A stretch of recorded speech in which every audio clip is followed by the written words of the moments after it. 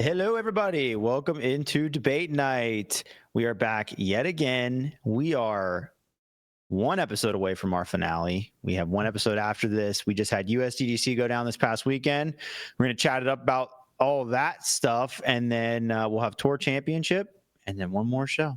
So thanks for tuning in tonight. We got a great show, lots to talk about, lots of exciting things in the disc golf world this past weekend, and some great cast members. Brodie Smith in the house. Yes. Shout out to my sister's alma mater, Northwestern. Big win. Excited. USDGC, always fun to watch. One of those tournaments, too, that's enjoyable to watch start to finish because there's a lot of interesting holes out there. And the drama, we'll get into it maybe. We will get into it maybe. Gary is here, not so far away because he's in town. That's right. Just got done with a practice round over at Independence on the mixed Battle for Bedford layout. So super easy course. Pretty fun. Yeah. It's definitely super easy course. The tee shot from the longs on 4. Yeah, that's a bananas tee shot. Love it. Yeah, enjoyed the heck out of that. There's always a 30% chance you'll lose your disc on that tee shot. Flipped up my Vulcan to flat. Easy. Vulcan. On. Heyo. Kind of pull on yourself with that one. There you go. I don't think I've ever heard of anybody just nonchalantly talk about their Vulcan. We all tried a Vulcan at some point. You know what? You know what disc companies should do, because obviously a lot of disc companies don't care about just stealing rights of other companies. Game of Thrones. There's a lot of good names and words in Game of Thrones. Someone needs to start going Game of Thrones route. And naming discs Game of Thrones. We don't need to give whatever his name is any more opportunity to not finish his books. So, good point. Has he not finished them? The best part about the Vulcan is it's like a mystery box because every time you buy one, you don't know what flight you're going to get. That's most subscribers. Is a Vulcan a wizard thing? Is that a wizard thing? Is that where wizards live? I've never heard of the word outside of Innova. Vulcan. There was a Nerf gun called the Nerf Vulcan. It had the a Vulcan, chain. Vulcan it was insane. I think the Vulcan is where wizards live. Anywho, Hannah is also here tonight. Yeah, excited to be back on. Really sad that the season's coming to an end, but I'm sure the off season will be fun. And I love the off season podcast, so I'm excited to see that happen too. I feel like God of fire. Okay. Oh. I feel like Hannah is she's like our A+ consumer of disc golf coverage and such. I mean, what is there? Are you going to go back into the archives once the off season starts? I usually do. Yeah. Not gonna lie, I put it on as background noise doing anything. Washing dishes. I'm watching USDGC from 3 years ago. Anderson just Hannah, next year we're gonna send you to tournaments and then not have you on the podcast the next week. That's probably fair. There it is. When did that happen? D-Glow. Oh. Poor D-Glow. Well, it was technical difficulties. It wasn't our fault. That's tough. It wasn't her fault either. I don't know why I said it like that. Anyways, and then Hunter is here. I'd like to know why, out of nowhere, after 3 years or however long it's been of doing this show, all of a sudden my position is just getting tossed around. Well, you want to know how I was happens? Third last week. I'm fourth this. I have been second. Not that it really matters. I think you actually have the biggest advantage being fourth because you know what you need to do. But I've been second the whole time. All of a sudden, I'm not orange. But you know how it happens? You just put it in your freaking show notes that way. Yeah, I just find and replace, and it's completely random. Second is the tough spot, dude. Because that third question's always a throwaway. Forever. Forever. And I've won from second forever. I've won from the tough spot, apparently. And now all of a sudden I'm in fourth. Somebody's going to have to do a statistical analysis. I feel comfortable back here because, again, I know what I need to do on every question now. I'm going to say something that has zero statistical backing and makes no sense. But I think that orange and purple are often winners. Pretty goated. Well, orange was me. Is that because Brodie's always green? A long time. You never let Brodie win. Yeah, so there is some stats to back it up. Out. And then I feel like Dustin. I feel like Dustin's typically in pink. I feel like it's either Dustin or Hannah that's pink. So Gare Bear has been Gare Bear's been dirty pink for a while too. I've even been green when Brodie's not here. I think I've been every color. I'm all the shades. He might be the only one. Chameleon. Have you ever won as a green player, Gary? The week that Brodie wasn't here and I went kind of crazy with the trophies for the lighthouses. Did I win that one? I don't know. Certainly not. I don't know. No shot. I don't know. Maybe who won that episode. We all lost. lost. Okay, let's jump into the topic, shall we? So Anthony Barela, he's taken the next step in his career, winning a major in impressive fashion. How important was this win for him during a season that some considered underwhelming after such a big 2024 campaign? Did he show you something you didn't know he had, or was this just his game coming together at the right time? How much weight do you really put on like the major win? Brodie. Yeah, this is a really interesting question because I think if you watched it live, I think everyone was impressed with how he did play. Certainly down the wire with having the pressure of being in the lead. Going into that final back nine, him and Paul had pretty much removed everyone else from the chances of winning. Obviously, 17, there's always a chance of a potential blow up. But realistically, they had 5 shots on the entire field, 5 shots over Ricky, and then I think it was like 6 over the next guy who was already, I think it was Austin Turner, who was like on hole 12. So it was pretty much going to come down between him and Paul down the stretch. Now, Paul didn't necessarily play that great down the stretch. He ended up actually, Paul's back nine, he kind of struggled. He ended up going even par on the back nine. Now, a lot of that has to do with probably going for the ace on hole 17, which I think we can all agree on. He was trying to ace hole 17 with that shot, which he ended up getting a double bogey. But he wasn't really putting the pressure on AB down that back stretch, but AB also wasn't making big mistakes to be able to allow Paul back into it. Now, the one thing going back to it that was really interesting, though, is AB did miss 2 really big putts in the front 9. He missed a birdie putt on hole 2 and missed a birdie putt on hole 8, both inside the circle. Ended up missing a birdie putt on hole 14 too, which was a little bit surprising. So I think you can look at this a couple different ways. One, he didn't like blow out the field to where you're just like, holy cow, he had an incredible round. He did exactly what he needed to do to win.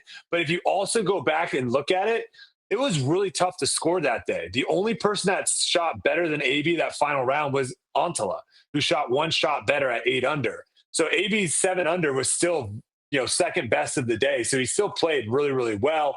It's just one of those things where it depends on whether you watch or didn't watch and how you look at stats and stuff. But I think his performance was really impressive. And he finally kind of got that.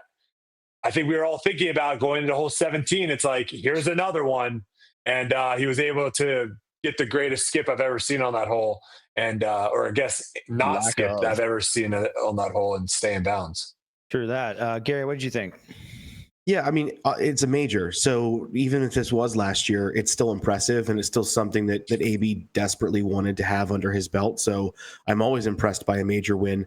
And when you look at his last season, if you take the win column away, he had the same number of podium. He actually has more podium finishes this year than he did last year, and his average finishing position is better than it was last year. The only difference is the win column. And it's because what we see typically from AB is he comes out of the season very, very hot, and he gets the back part of the season and he gets very burnt out. He said so in his interview at USDGC that he got very burnt out recently, but he's locking in because this tournament is hugely important to him.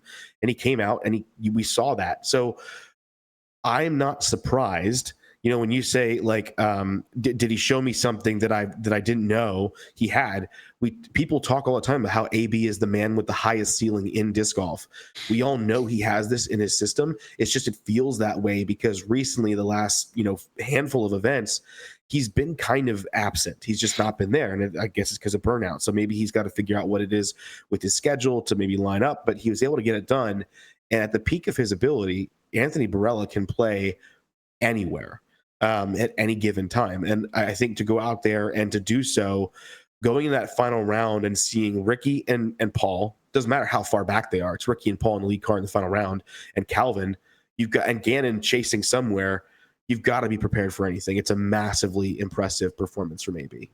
Yeah, for sure. No doubt. His skills have always been there. That's never really been the question. Yeah. Hannah, what are your thoughts on AB's performance? Well, first I have to say that I was wrong. a couple months ago, I had the take that I didn't think with how he was playing and with how Gannon and Isaac had performed at the majors that they would let him win a major this year.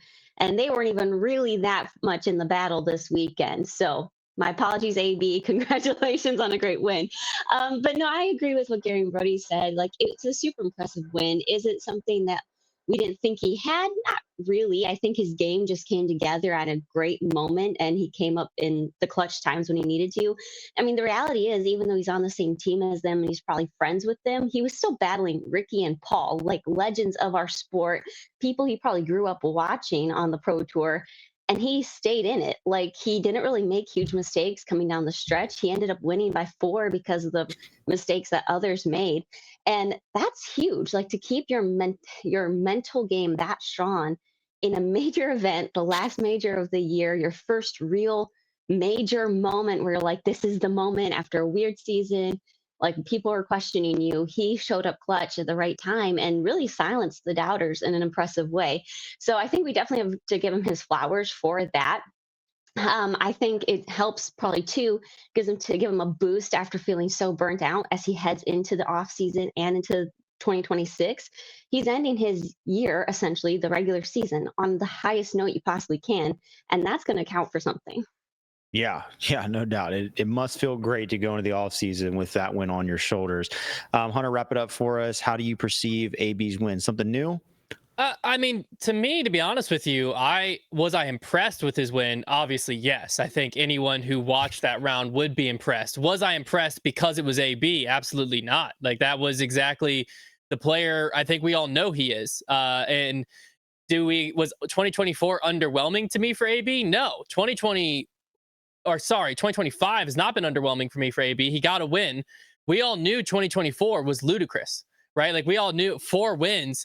That's something that you just can't do unless you're Gannon Buhr, which AB has potential to be, but he's not there currently. And I think that, how important is it for him in his career? Very. I think it's mainly, though, important because the question historically with AB was he can't win. Period. There wasn't he can't win the big one. It was just the guy can't win. He's very arm talented. He just can't put it together. He quieted all that last year and came out and destroyed it, right? Then this year, he got a win already. So we aren't really questioning that yet. He was just 1 to 2 seasons away from he can't win the big one narrative. And so to be able to get that off his shoulders, to me, that's the most important thing here, was now he already not only has a major, but he has the most coveted major. Need I remind you, Ricky Wysocki, one of the most decorated players of our modern era, is still looking for this one, right? I mean, there's Isaac Robinson is still looking for this one. Like, there's guys out there that they want this major, and AB now already has it, which takes a lot of pressure off of future majors because he already has one, and he's got what I would argue the big one. Yeah, no doubt. I think, you're right. It's a mark of a great player to kind of get ahead of that narrative and win the biggest tournament on the biggest stage and never really has to start. I mean, obviously Gannon did that very quickly as well, winning his USDGC super young.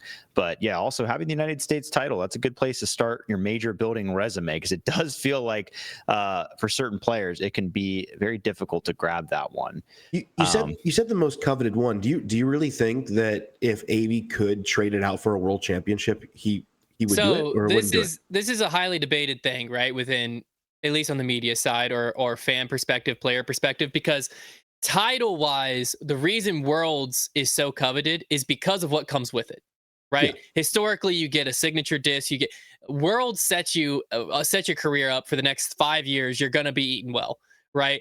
But I think when it comes to, okay, what tournament, like what course has the most prestige, what tournament feels the hardest to win, you can't argue against USDGC because there's no standard to the others. Worlds, gotcha. It could just be like 1 year Worlds is at Utah and it's completely different than when Worlds is in Europe. And that's why, like, Gannon's like, I like myself at the next 3 Worlds because he knows they're at different venues.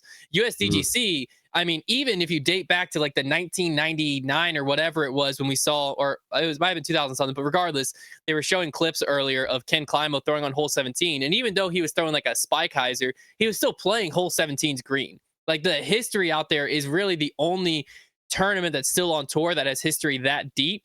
And when you have history that deep and you got a guy like Ricky who's lived in the top 10 for the last decade and still hasn't won it, that's a title where, like, it's hard to say it's not the most coveted if you remove the excess stuff. Yeah, my thing too is like with that tournament, because it at least doesn't seem like it's going to change. If you find yourself struggling to win at that venue, it's always going to be there. So it's like Worlds, you can feel like one year or the other, you might have a really good shot of winning, but USDGC, like it's just in your way. If you're like, man, I can't win at this course, bummer. Like you're not going to win a USDGC title. So Gotcha. It's like the players major. Yeah, I think people definitely would trade it for the title of world champion, but when you win it, like it does have to like feel like, wow, I really climbed a mountain there. Well, let's talk about another player that had success this past weekend. That is Big Money Missy. Missy Gannon strikes yet again, virtually shutting the door on the Player of the Year conversations. We can finally stop talking about it until Owen Scoggins gets voted in anyways in a few weeks. She had a signature win at Winthrop. So I want to know, were you more impressed by her performance, or were you more disappointed by Silva's play in crunch time to really hand it away as we made our way down the wire there? Gary. I mean, I'm impressed with Missy's performance, of course, but I'm more disappointed in the lead cards performance down the stretch. There were 18 strokes over par in the last 4 holes by the lead card. That's pretty crazy to think about. And something seemed really off with Silva on the tee pad. There were numerous times where they would zoom in and she would take extra long. You'd see her looking back at her bag, looking up in the air, really, I think, struggling with the wind. And there were moments where one of the best standstill backhand throwers should be doing that off the tee through the triple mando, because she clearly can't throw through that triple mando the same way, and doesn't make the adjustment on the next hole when she releases early as well. So I think right now FPO is in a position where people want to see FPO be competitive. For the people who love FPO, with Kristen leaving the game, they're like, we need to see this be competitive. And when we see this, major in our hearts event come down to the wire and there's 18 strokes over par in the finish, it's like, guys, we're not making a good case for why FPO is going to be competitive, because I don't think that like Missy she may have closed the door on like the Player of the Year argument, but I don't think she closed the door on this tournament. She kind of walked through the door and left it open behind her, and not a single person walked through it, as we saw some players lay up when they didn't need to lay up. We saw others make attempts when they didn't have to make attempts. Like, it's wild to me, but I still want to give Missy her flowers. It's still an incredible event on her part. She had that huge 10 under day that desperately needed that. So she shows that she can do things when she has to do them, but I'd love to see her come out and just do it all 4 rounds and just run past the field. Yeah, certainly. It's always good to see a convincing win like that. Hannah, how about you? What did you think? Yeah, so I mean, overall, Missy's performance this weekend I don't think was super impressive. I do think it probably still earns her the nod of Player of the Year, though, although others will probably get votes anyway. And she does deserve the acknowledgement and the applause, because she won what is probably the biggest FPO A-tier stage ever, like Major in Our Hearts title. But yeah, she won, but I am more disappointed in kind of Silva's performance. This sounds so bad, but it almost felt more of like a Missy didn't win, Silva lost kind of a thing. And I don't know if maybe that only makes sense to me, but when we come down to the last 4 holes, especially in the final round, that's where we kind of saw a lot of things change. Holes 15 through 18 in the first 3 rounds, Silva went even, +4, and then 2 under in that stretch of 4 holes. So for the final round, you kind of expected her to fall somewhere in the middle of that. Maybe she'd shoot even or +1 or something. But in the final round, on those 4 holes, 15 through 18, it seemed like that's really where the nerves of the entire round showed up and the pressure got to her. Earlier on in the round, we had heard Charlie on commentary make comments about how long she was taking. And like Gary pointed out, it seemed like she was struggling to read the wind. There was one point where on an upshot, I think she took 51 seconds. I counted, so maybe I was off, but she was taking longer and she seemed shaky throughout the round. And in that final round, she shot +7 on the last 4 holes, whereas Missy only shot +2. So then Missy got the win by 4 strokes. So it was disappointing to see Silva kind of give into the nerves or the pressure there a little bit, but ultimately Missy handled the nerves better.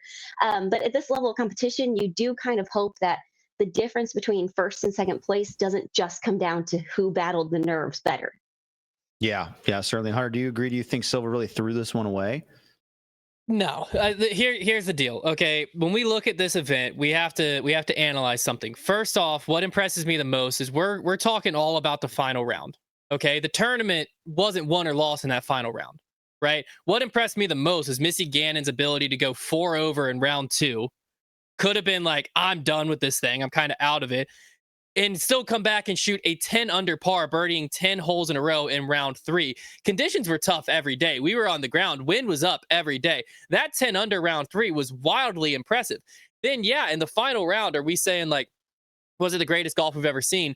No. But also when we're looking at how Silva collapsed, what we actually have to look at is it was one bad shot on 15. That was pretty bad. The 16 collapse, which is the difference between Missy and Silva, honestly, golf shot wise, was not that bad by Silva. Like, she threw, in my opinion, a better shot than Missy if you're just taking it back and looking at it, because Missy turfed it. Missy just missed in the right place, which obviously makes Silva's a worse shot. But it's not like what we've seen before where it comes out fluffed early left and it's like, oh my word, that never had a chance. It's like, no, this one had a chance. And that's where then she runs a putt that, again, was chain high, just not enough Anheuser.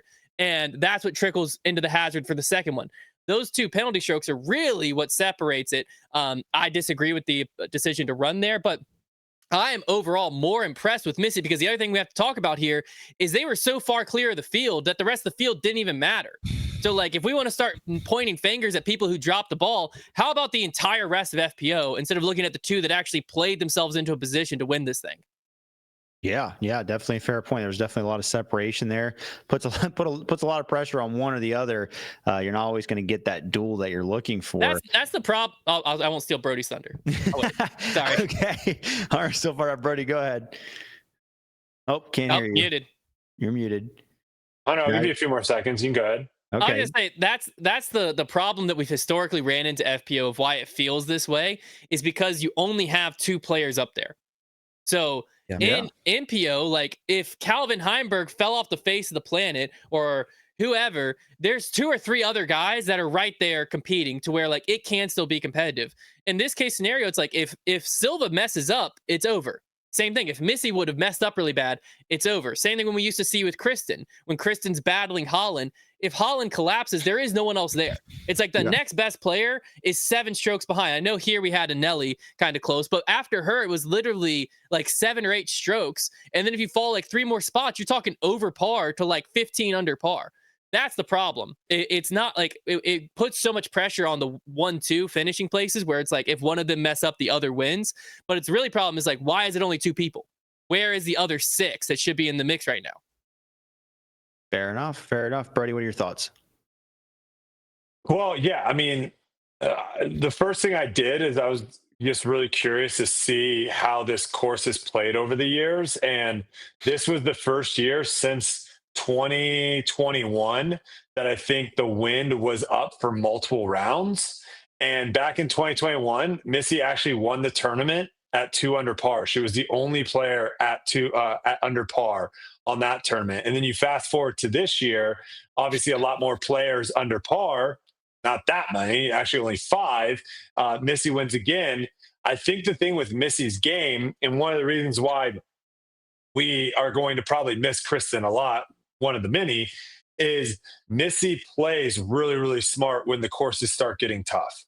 She doesn't make compounding mistakes. And that's one of the things that actually you hear the commentators talk about throughout, which I would agree on, is you see a lot of times FPO players will throw a bad shot or miss a putt, and then they compound the next stroke, the next throw to try to get it back. And Missy's kind of just okay with it. She knows there's going to be bad rounds out there and bad holes. So I think because the big difference here is if you go to the MPO side was actually very similar to the FPO side in the fact that it was really just between 2 people down the wire. You had Missy and Silva, and then you had Paul and AB. Paul actually had the worst round on the back 9 of all the people in the top 10. So it wasn't like Paul played great either compared to like what Silva did. The only difference is on the FPO side, there's like an implosion, right? Like we just didn't see Paul get a lot of birdies, which is what he needed to do. He got a lot of pars. And on the FPO side, it's all of a sudden like double, bogey, double. And you're just like, oh my gosh, what just happened? And so it makes it feel like bigger, but when in fact it's the same thing on the MPO side. It wasn't like AB went out there and took it on the back 9. Neither did Missy. It's just more exaggerated, I guess, on FPO, and that's why we make a bigger deal on it. Right. Yeah. Those big numbers always turn heads for sure. It makes it seem a bit more dramatic, even though, yeah, there was a similar effect there. All right. Yeah. So one thing that was interesting at USDGC this year is that everybody was putting on brand new targets. So if you missed it, we get a post pretty much. I mean, Hunter and I were there the week before. They still had baskets from previous years in, just your normal Innova disc catchers. And then a post goes out from Innova showing off a brand new basket that was going to be debuting at that tournament. So I want to know, what do you think of the decision to debut new baskets at the USDGC without prior event testing? Are baskets a simple enough science to warrant less thorough tests, or should there have been a different strategy for installing them on tour? Kind of just a does this matter at all type question here. Hannah, what do you think? Yeah, so I think most of the time, a lot of casual fans or people watching don't even really care about the baskets or may not even know what the difference is or care to know what the difference is brand to brand with the baskets. But this time, it kind of felt a lot bigger because they did put it out there to the world like, hey, we got brand new baskets for USDGC and it's going to be great. And I think that kind of made, at least for me, it made every missed putt or every chain out or every spin out feel a little bit bigger. Like, is this because the baskets weren't tested? Like, is this a basket problem? Is this a player problem? I think the toughest look of that, though, was hole one, round one on the main feature card. Simon's putt, just somehow it looked great, but then it just like went vertical right through the chains. I don't know how that's possible, but that doesn't help the look of the baskets. So it may have been better to debut the baskets or test them out at a smaller event. But unless that's a total disaster, they're not going to change the design. It's probably not going to make a difference in using the baskets for USDGC or not. The thing about this weekend that was so tough is with the wind and some of the conditions they played in, which I know for MPO it wasn't as windy as FPO, but they still had their moments. It makes it hard to get a good read on the baskets with what putts are actually good, or what if the basket's actually good, because things are chaining out that may have stuck normally, or the wind is doing weird things to putters anyway. And so that makes a huge difference. And it's a lot harder to putt in the wind, so that also makes it harder to tell how good the basket actually is. We're seeing putts miss that, again, maybe they wouldn't have in normal conditions. So some people are really unhappy with the baskets. And I think part of the reason it, again, is such a big deal because they promoted it as being a big thing. But I think had they not said anything and just debuted them quietly, I think less people would have noticed and less people would have probably cared. Yeah, there certainly was extra attention. I can't deny that. Hunter, what do you think about the basket debut? So I think that first, our baskets is simple enough science to warrant this. Yes, right. Like the all they really did was they took an Innova Disc Catcher Pro and they added a layer of chains within a few centimeters of the pole. That's not going to change the performance of the basket. If anything, again, I think it might help it not bounce off, but the Simon Lizotte spit through is not because there's middle chains, right? Like that has no effect on a disc going through. So do I have the problem necessarily with that happening here? No. I do think it was a bad PR decision to announce we have new baskets, because realistically, looking at the wind, looking at the tournament we watched, I didn't notice that much more than normal. As far as spits throughs, chain outs, catching nubs, whatever, it felt relatively normal to me, but every single one was posted on social media. So what that did is all of a sudden it is a talking point out of nothing because Innova said it, right? So it was a bad idea from Innova from a PR standpoint, versus if this was something that, they make a hype video 2 weeks later saying we debuted this basket, or even just don't debut it at USDGC, plan it for next year. I think part of the issue of planning it for next year is like, I don't really know why Innova's making a tour basket. Their baskets are never on tour because they don't sponsor anything. So it was kind of like, I think this was their only hope at getting a basket putted on by pros, because it's like, if it's not USDGC, when else are we going to see an Innova sponsored tournament? European Open? I don't know. Yeah, valid point. Yeah, Brodie, what do you think about the basket situation? Does it really matter? I think spit outs, I think chain throughs, whatever you want to call them, I think all those are like, it's the new tombstone. People love sharing them. People love talking about them. And I think it's a good thing to have in disc golf of people it's an extra thing for people to talk about of whether or not the putt should have gone in. I think there is a side of disc golf players that have this idea that any putt, no matter how much hyzer or how hard you putt it, if it hits the chains, it should go in the basket. I don't think is the case, but I think there are some people that look at that. I actually just went back because I do remember seeing the Simon putt, but I wanted to watch it again. The Simon putt was probably over a foot farther, like over a foot away from where he was intending to hit. It was high right. I mean, it was maybe an inch or two below the band. So it's just one of those things where I think eventually over time, people, fans, players, everyone will understand that, like in golf, every time a ball hits the cup doesn't mean it's going to go in. In basketball, every time a basket hits the backboard or hits the rim doesn't mean it's going to go in. I think speed, I think how much hyzer you have on the putt, I think all these things kind of matter. And as far as like, did it really matter in this thing? Everyone was putting on the same basket. As far as I'm concerned, I believe they were there, put in well in advance, so players had the chance of practicing on them for quite some time before the actual tournament. And if you didn't figure out how those baskets caught properly, then that's just kind of on you if you want to make that an excuse for your poor putting performance. Yeah. All right, Gary, what's your take on the baskets? Yeah, they kind of created their own version of like the Barbra Streisand effect, which is, she wanted to cover up a picture of hers that was released of her house to the internet, but in doing so, she brought more attention to it. But the fact that they went on and posted that it's going to catch better and all that, they opened themselves up. And the more and more coverage we get, the more cameras we get on the course, the more we're going to capture instances where things are going to spit out, and just that is what it is. And I agree wholeheartedly that I think that putting is a skill, and certain baskets catch different ways. And if you as a player aren't able to sort of modulate your putt in a way that has a better success rate of being in the basket, I just think that's a skill that can be rewarded by players. To me personally, what I struggle with is like, why is it so easy to roll out a brand new basket for a major? Like, there's got to be some kind of process here that goes into ahead of time.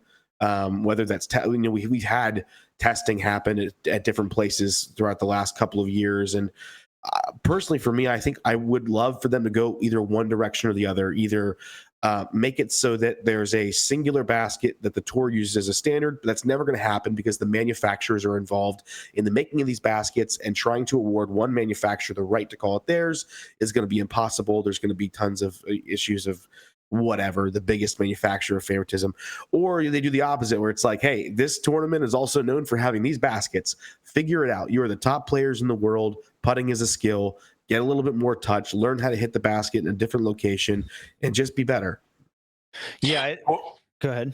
I was just going to say, this isn't like a tour event.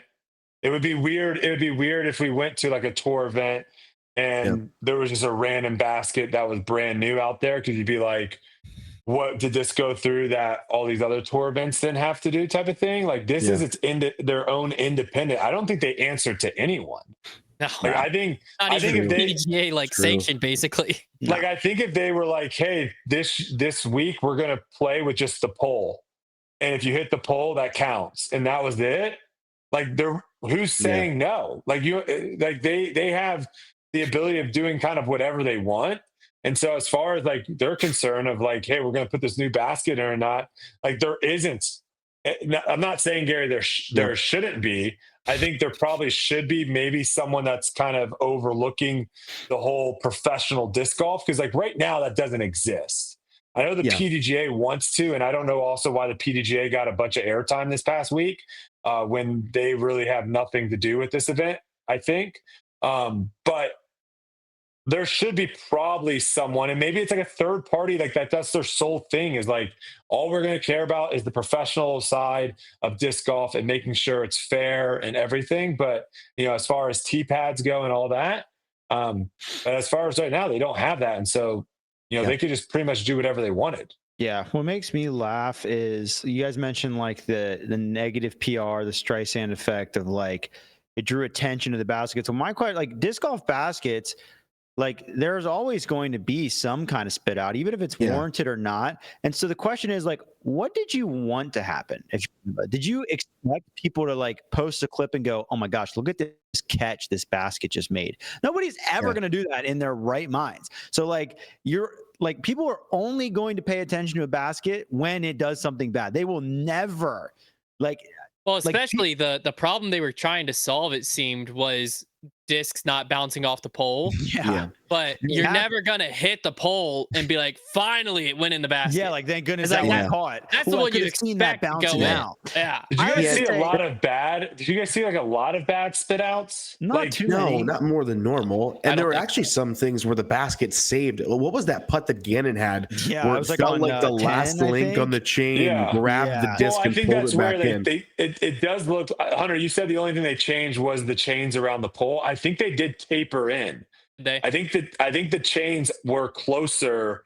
Like the band and chains was smaller than the basket. Maybe. But like I don't know what people want. I think some people out there want, if a disc hits chains, it should count. And it's like, I don't think you actually do want that. I think you think you might want that, but I think you don't actually want to see that. Pros don't really have favorite baskets. They have ones they hate the least. Like every pro is going to have an experience with any basket that they think like, oh, this is the issue with this one, or that, oh yeah, I love that basket. Well, it does do this really poorly. Like they're all going to do something, and instead of interpreting it as, well, just don't throw putts on it in that manner, they interpret it as, because like nobody's gonna, as much as like Gary, to your point, like players could cater their putt to the basket. They're not going to do that because the percentage chance of them getting a bad spit out versus if I change my putt, I'm probably just going to putt worse in general. Like it's not worth it for them in most situations. So. Someone tweet me a Barsby spit out, please. Yeah, the elevator putt, probably pretty tough for him to get. Let me see a chain through of a Barsby putt, please. Is the putter's moving like significantly down up to down? Like, yeah, it's probably next to impossible. That's like the older disc golfers, they just don't get them, but it's not because like they're playing on worse baskets. That's how Climo putts. But it's just like that's how they had to putt. Yeah, to make it. So like if you put Ken Climo out there, that man's not getting many chain outs. There's a reason why that thing's fine in the bottom of the pole. There's a reason why Rick spit outs are all when the putter's still on its way up, but when that thing gets nose down, like it's not going to spit out anymore. Like it's crashing. Unless he hits the top of the Unless he hits the nub. Unless he gets nubbed. He got nubbed a couple times. That was tough. I found a throw-in attempt that spit out for Barsby, but it's not like a putt. Yeah, I don't know if you that might be the new internet challenge. Find Greg Barsby like a gnarly spit out. Gonna be tough to find, especially like as you get to the longer putts. Like that thing is gonna be lofty. Okay, well let's move on to the manufacturers and their successes this past weekend. So I want to know, who is the bigger winner from USDGC? Innova for their incredible event. Obviously, a lot of good PR. Forget the baskets. People, praise this event, myself and Hunter included. Or Discraft, who dominated the tournament with their sponsored players. Absolutely smothered the leaderboard. Obviously, ended up getting both winners. Which do you think is more tangible PR? And who comes out the bigger winner between the two? Hunter. Well, I think if you look at just this weekend as like, okay, who made more money? Innova. I would say mainly just doing sales on the ground. Ticket sales were insane, right? The amount of people that were there, the people who were there absolutely loved the event. It's hard to find someone that goes to USDGC and doesn't think it's the greatest thing ever. However, it's not hard to find someone who doesn't go to USDGC and absolutely hates its guts. So one thing we got to think about here is people don't like how it films. And then a lot of those people also don't pay to watch it be filmed, because this is a tournament where you only get it behind DG and Pro. So you have to be paying to watch it. And Jomez comes out a week and a half later when no matter how hard you try, it's been spoiled for you. So there's a lack of care around the event outside of actually being on the grounds there. So when you look at it that way, Discraft's by and far the winner. Yes, from a PR standpoint, having AB there, but I think more from they have their future guy.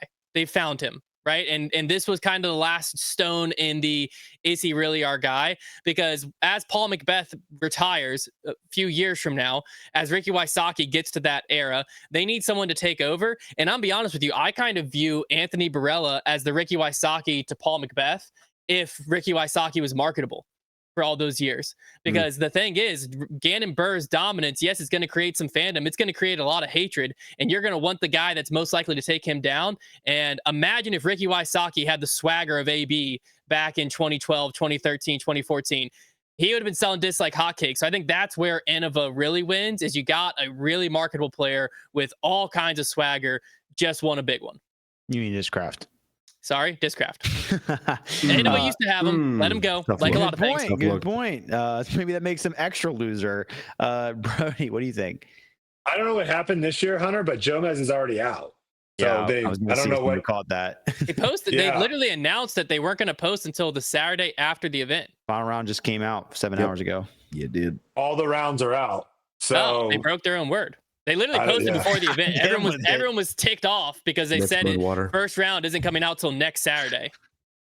Yeah. Broke their own word. So I don't know. So I guess how it should be. Well, there might be some people that are pissed off. Trev. There might be some people that are pissed off that they paid for it, and then we're like, wow, I didn't need to actually pay for it. But no, I think the biggest winner, if we're going kind of like what Hunter was saying, like if we're going micro versus macro here, like the biggest winner for this weekend, if we're just talking about the weekend, is probably Innova, just because they do put on the best event. I think they have a ton of people showing up to that event. You guys were talking about how you've never seen Hole 14 have that many people ever on the field. It did look like this year there was more people there than in years past, and that's just going to compound, I think, every year. I think word's going to continue to get out. People are going to know, like, this is the event to come to and watch. And so that's always going to be something that Innova is going to have. But as far as like the macro goes, I think this just made, to Hunter's point, just made AB into an even bigger star than he already is. I think this also potentially could give him some confidence going into future majors that he didn't have previously to help him win more. So I think ultimately down the road, I think it's going to be a bigger deal for Discraft. And then also there is a big hole in the FPO side right now. And if Missy Gannon is the one that fits into that hole, that's also going to be massive for Discraft. Yeah, they have no shortage of talent. No doubt about that. Gary, what do you think? Well, that's one of the points that I wanted to bring up, is that there's different motivations here, because when you look at the motivation for Discraft this year, they took a massive risk by signing so many people, by grabbing up so many assets within the industry, that this win really is a showcase for them. It's a pat in the back for the strategy they took on this year, which was, we're investing in these people more. Wins are important to us. And so long term, over the course of time, they walked away, I think, with the most money. But from like a perspective of what Innova is looking to get out of all this, they clearly are trying to play a different game than other people are. And wins, I mean, are important to them, but like they're just doing something different. They wanted this event to be the best event it possibly could be. In every single Reddit post, whatever thing, I have seen nothing but people saying this was the best USDGC they've ever been to. It was the biggest crowds, the best drops they've had. So I think both groups walk away as big time winners. And the other thing that helps the big time winner here is that the cards lined up perfectly. They had really good competition going into the final round. I mean, look at that lead card in round 4. I don't care who you are saying you aren't going to subscribe to watch it, but when you see that Paul Macbeth, Ricky Wysocki, AB, and Calvin Heimberg are on the lead card, that $4 upgrade is looking mighty fine. Yeah, it was a dream scenario. I mean, the people were there, but having everybody compiled onto one card because of how good it was, that definitely made a difference. Hannah, who's your winner from this event? Yeah, so I feel like in a lot of ways they kind of tied. Like, I feel like it's pretty even. They just won in different things, but they both won. As everyone else has kind of pointed out, like, clearly Discraft from a talent perspective, like, they proved this weekend, or their team proved, that they made all the right choices, and they have aces of all ages in MPO, and they have some aces in FPO as well, because Missy, she was just consistent throughout the whole tournament to a degree that like allowed her to win. And even if we debated about like how it ended and everything, and even in MPO got a little shaky, but AB still got a great win. And like that's 2 major wins for Discraft, Missy's segment said before, Discraft treats it like a major win, even though it's just an A tier. So Discraft definitely wins on that front. But then on Innova, the more USDGCs and throw pinks I watch, the more footage I see, the more I wish I was there. Like, I just want to hop on a plane and go. It looks like a bucket list event. I have seen crowds on the coverage there that I've never seen anywhere outside of Europe. And I feel like at D-Glow and other events, we get really big crowds. And it felt like USDGC, there was way more people there. They have way more vendors than anybody else. I think you guys had even mentioned on Instagram, there was like 100 vendors there, that like huge tent set up. Like, all of this footage makes me wish I could be there. And I think that's a huge win for Innova, because they're creating a thing that people want to go to. They're creating something where people are like, if I'm going to choose an event, if I'm going to go on a vacation for a pro disc golf event, maybe that's the one that I go to. And I think that that's a huge win for them long term, but especially also in this season, it just seems like it's bigger and better than it's ever been. Hi, my name's Trevor. Those are great points, Hannah. Did we lose Trevor, or is that just me? Oh, snap. Trevor Trevor's down. not on anymore. Trevor down. Trev's gone. Trevor down. Maybe Silas can just do the Wizard of Oz. Silas, what's going on? Are Beep, beep, bop, you boop, beep. just put one of us. Can Silas can even still hear us? Did we lose Silas too? Silas, No, are because we you have here? the. Ooh, I see a OBS. chat. That's It's on, so. I see a It's chat. still doing it. Lost Yeah. Trev. I can hear you. Perfect. Lost Trev, I can hear you. Okay. Well, you know what, Man. Silas? I think it's time to throw us into the finale. Just Trev's calling me. 1 second. Here we go. Speaker Trev, phone. you're on speakerphone with the whole debate Says night his cast. computer restarted. So basically, my computer has been trying to update for the last like month and a half. Oh no. And I Oh, keep telling it not to. why? And then you it's do that, decided it had enough and it just started restarting. The good news is we're back up and running, and I'll be back in the call in just one moment. Okay, Mm. we're just waiting for Trev for a minute. We literally just decided, it was like, no, we're going to update right now. That's unfortunate. Okay, well, we'll see you in a second. What's everyone's favorite thing about Trevor as a host? Well, I was gonna tell- Impartiality. What I was going to ask you guys is, Gary, you probably already know this, but we did it. From this Oh, never mind. is Is he back? my computer restarts at the speed of light. Huh, people You That never don't know. know I was gonna fast, say. but also, yeah, Never that know. was We're about to get a juicy secret, but oh well, Yep. it's gone. Yeah. Yep. about what? Me? I don't know. We'll never know. No, we had on Tour Life, we had a bet, not a bet, but we had a guess of what Big Germ, Sexton, and Will Schustrick would finish combined. Way off. Not good at all. Y'all thought it was better? Not good at all. I mean, we were saying like maybe like I think some of us were saying like 150 combined placements. yeah. And I mean, Schustrick 150 would have been. I could have got there. almost got that by himself. Yeah, Yeah. one of first or something. Yeah. Yeah. One of fourth. It was Okay. not good, but go ahead. I'm back. Finish. Okay, Hunter, Gary, let me just regain my composure. Here we go. Ooh, new things happen after years of this. Okay, so this finals topic kind of comes from the idea that I think we just did a really good job of explaining. There is a model out there to make profitable disc golf tournaments, right? It can be done. Obviously, USDGC can look unique, but like it exists. There's a way to make money, have a ton of people on venue. So here's the topic. If every disc golf event on tour were privately owned like USDGC and had the funds necessary to kickstart fan experience activation, such as food trucks, entertainment, and vending, would we have more populated stops on tour? Is the USDGC model one that could succeed other places, even non-majors, if there were time and money to get them started before fans catch on and they compound, like Brodie mentioned earlier? Imagine a tour full of stops that market themselves heavily, drop exclusive items tied to event, and cater to the fans. That the golf isn't that much different than different at other stops, right? Like, is it just the fact that there's not enough infrastructure, or does the golf at USDGC separate it that much more? Hunter. I mean, first off, the golf doesn't necessarily separate itself, but the course does to a certain extent. I think that USDGC being on such a walkable property helps to a little bit, but really what it breaks down to is USDGC is a monopoly. So United States Disc Golf owns and makes money on every facet of that event, which then has them be the sole power to make every facet of that event go well, right? If you look at a typical Pro Tour event, the ticket sales, at least a big piece of that is going to the Pro Tour, right? The Disc Golf Network coverage, there is not really money going back and forth between the coverage and the event. That's the Pro Tour.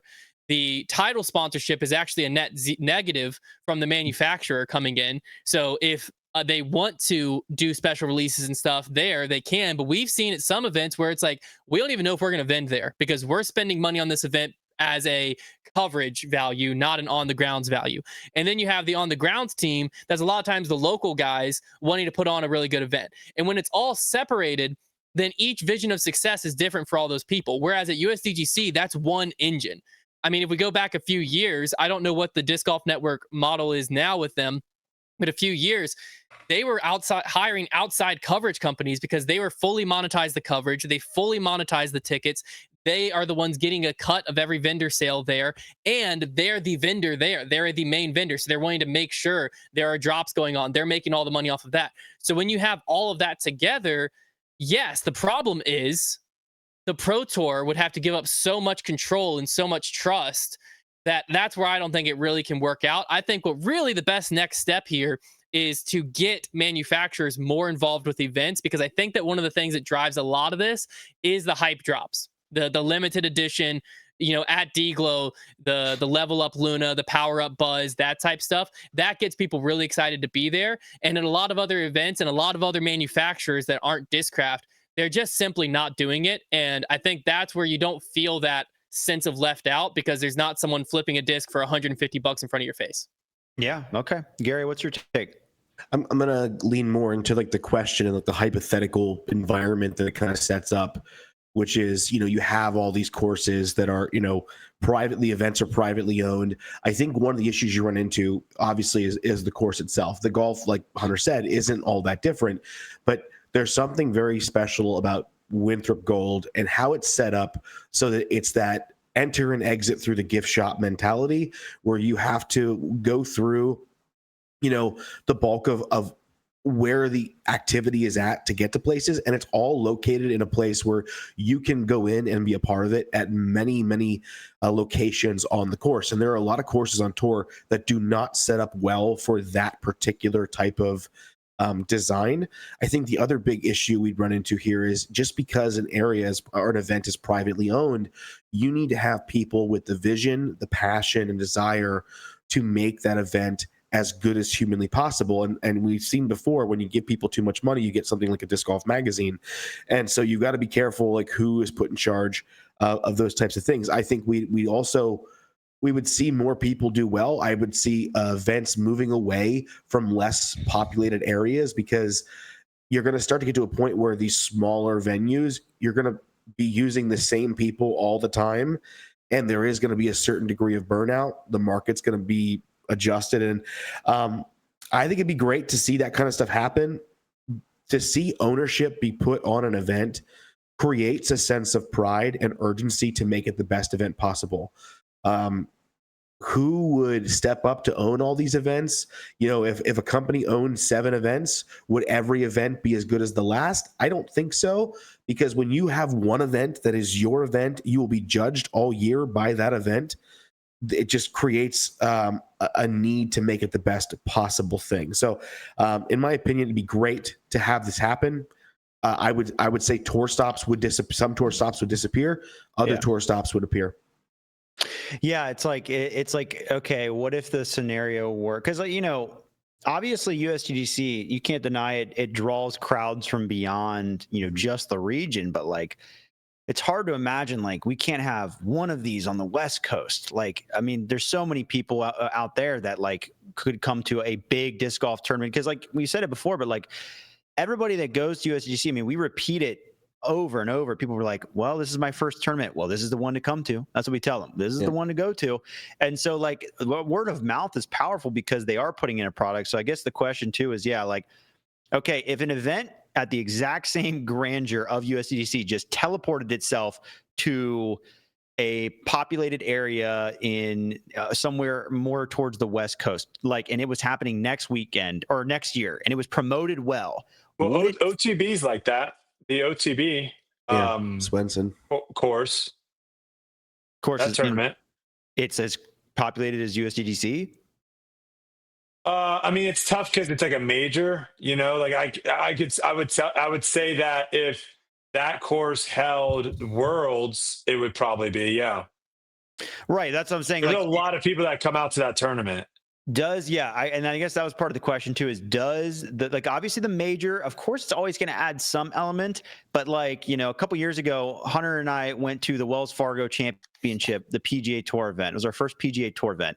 And that event, like, we could have cared less that it was or wasn't a major. It was just a touring golf experience, and the on-site experience was so great that we'd go back for sure. And like, that's all you need is for people to want to keep coming back to these tournaments. I think the best example of this, because I think one of the things that makes USDGC so great as a fan is, yes, there's things to do. Yes, there's disc golf to watch, but you have a vendor village that has something for everyone. Like, you literally have 100-some people. Right. No, that's a very big part of it. Only way you get that is because there's so many people. It's a build it and they will come type situation. And I think the best evidence that it is possible anywhere is that one of the other places that has most successful at this is Disc East in January in Massachusetts. Yeah. And there's no event going on there. There's just, because what happens is you get a bunch of retailers, you get a bunch of manufacturers, you get a bunch of clothing apparel companies, you get a bunch of people all trying to release special edition things for one event, and they're all going to market it for you on top of it. Like, we scream from the mountaintops, we're going to USDGC. We have the Hunterbirds, we have the Trevor Cashes. At the same time, Discraft saying, come to USDGC. It's not even our event. We have this, that, the other. We have the new gear zones coming. And of us saying, here's all our drops. I saw Happy with Par was there doing releases. Like, everyone no matter who you kind of follow in disc golf, someone that you're interested in is there doing a special release. Well, that doesn't happen really anywhere else. I think a big part of that is their vendor model, where, and I don't know if I'm allowed to say what it is. It's been announced another. I think it was 10% was said on other according video. to Gary, it's 10%. Yeah. So they don't take an upfront fee, as Gary has said. They according to Gary, 10% of what the sales that happen there. So what that means is, if you're a T-shirt shop and I sell this T-shirt for $30, I owe an Innova $3, and oh well, wasted my weekend, but that's it. Yeah. Versus it's been posted other places, you might be out $2,000 before you ever show up. And like, if I'm a T-shirt shop, I spend $2,000, I sell this T-shirt, sick. I spent $2,000, I made back 30. Oh well. So this is really interesting, because this is, again, one of those things where, is disc golf backwards from every other sport, right? Because every other sporting event, I don't give a rip. And even with disc golf, I don't give a rip. But I think I'm in the minority with disc golf. I don't give a rip about the vendors. I don't give a rip about merch drops and all that stuff. That's not what's getting me to show up to a sporting event. But it sounds like what all you guys have suggested to try to get more people to show up to events is like the food trucks. But my pushback on that, drops. My pushback on that sounds crazy to me. But it might be accurate. It's not that alone, because like the PGA when Lead Card's playing, though, the village is empty. The PGA Tour event, though, what was so special about it wasn't watching golf per se. It was seeing the pros. First time we were there, first thing I did is I wanted to go buy event merch. So that was the first place I went. Yeah, you're in the minority. Right? You're in the minority. No, they do. The Masters does how much in merch sales? The Masters, everybody walks straight into the merch. The Masters, okay, first off, the Masters is not like every other golf tournament. But I'm saying, if I go to an NBA game, if I go to an NBA or NFL game, I'm not going to just go buy a jersey there. But Hunter, I'm trying to tell you, the majority. I agree with you that in golf is probably similar to disc golf in the sense that more people are going to, at some point in time, go to the merch tent and buy something. Correct. That is different than going to an NBA game. Yeah, I agree with you there. What I'm saying, though, is you are in the minority that the first thing you wanted to do showing up to a golf event was going into merch. No one was teeing off yet. We had like 4 hours until Jordan Spieth teed off. That's also kind of helpful to know. Well, yeah, we walked in. And context might help a little bit there. That's what golf and disc golf is there's downtime, there's lulls, because it's not like as soon as the NFL game starts, you're watching action nonstop. And it's like, I want to watch Ricky Fowler in the morning, and I got all day until Rory tees off in the afternoon. What are you doing for me in between? Well, and the thing is in basketball and all the sports we talked about, when you're leaving the sporting event, that is when you walk by all these merch places. And with basketball, a lot of people are going to be like, "Hey, I love the Mavericks, but I'm like not going to wear a Mavericks jersey ever." Where in disc golf, it's like I can buy something and use it. I can buy a disc and use it. I can golf. I can buy a hat and wear it. Where in basketball, it's a lot harder for the people the clientele that are going to the games to be like, yeah, let me just rock a Mavericks jersey. The other thing, the PGA Tour event did have a lot of there was a whole section where there were food trucks and stuff like that, and there was chipping games and putting games. Tons of activation. I think what it is just at a slow event like disc golf or golf, your fans are going to have so much downtime. You have to have something for them to do, and that's where disc golf pro tour events fail a lot of times. Is you go to it. And it's I just finished watching FPO. I have 3 hours until MPO lead card tees off. There's nothing for me to do. There's 20 vendors in one food truck. You know, USDGC, you feel like you can hang out there all day. That definitely. I've always said that they should be going to minor league baseball games, and seeing the activations and the stuff that they do at minor league baseball games on how they get big crowds to these games that no one's really going there to watch certain players. It's a very small minority. Most people, it's hey, it is a great thing for the family to do on the weekend. And you'll watch some of the baseball, but there's so much other stuff that goes on at the event that makes it a fun event to go for. And so I'm with you on that. Yeah. I just had to push back on you and say you're in the minority of the people that are rushing to the merch tent when they're showing up to a golf event. Well, I was just going to say, in a lot of scenarios, obviously with certain stadium or arena sports is a little bit different, but most consumers or spectators, they want to get the most for their money. They want the most access to the most things for what they're paying. And I think disc golf's in a place like Hunter was pointing out, with professional golf, there's walls, right? People are coming in the morning to watch the lead card of FPO, but then they don't want to see MPO till the lead card. So what do they do in that time? So you have to have something provided for them. Otherwise, they don't feel like they're getting their money's worth. And USDGC, you can buy a day pass for $25, and that's you're going to get a lot of fan experience out of that. And kind of a side note with the whole vendor thing, I'm really curious what Worlds is going to look like, because I noticed this year at D-Glow, they didn't have it full, but it they kind of quietly had tripled the size of what the vendor area had been in the past. So there were more vendors this year, but there was still a lot of room to expand. And so I wonder what direction they're going to take that of, if come Worlds, there's going to be a lot more things to do and a lot more activations. It depends on how deep these retailers' pockets are, if they can pay to get to Worlds. That's why he said he's going to, he literally saw, Heinold saw what happened at Worlds this year and immediately increased the budget, because that's what happens when you've got events that are kind of owned by somebody. They want to be the best possible event. There's a lot of power there. Didn't they change Vendor Village this year too for USDGC? Yeah, they changed the orientation. They did a better job of filtering people through it. It looked like it was a way, because previously it was in a weird kind of spot. It almost seemed like it was kind of pushed into the corner of the thing. And here, I saw a drone footage. Was it a complete circle?